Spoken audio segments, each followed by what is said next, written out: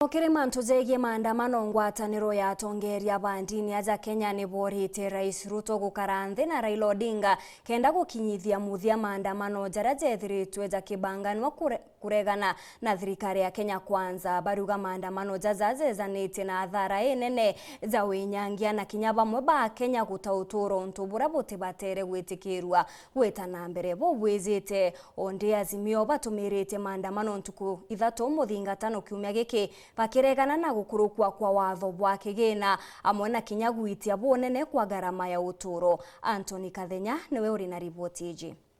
Kagita kala ngwatanire ya azimio yele ithitete maandamano makathi na mbere muthenywa mpaka muthenywa etano bande ingia thirikari kunyirete maandamano mama matethithika atongeria badini mwanya ni beumiritie na kulia Rais William Ruto na mutongero azimio Raila Odinga gwikalande na kwalaniria.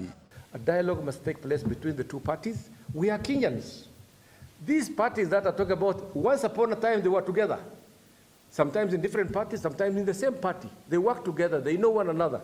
They are Kenyans, they are our leaders.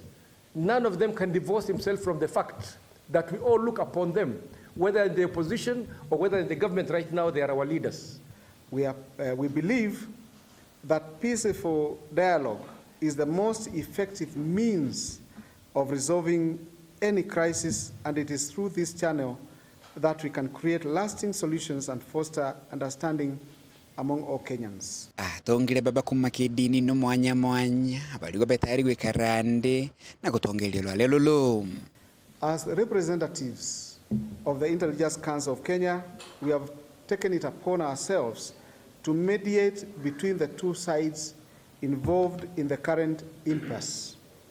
Mweno ogune bauriti mutongeria ngwatanire ya azimio Raila Odinga kutejaniria maandamano mamuthenywa. We humbly appeal for the immediate cessation of the intended demonstrations. We discussed among ourselves.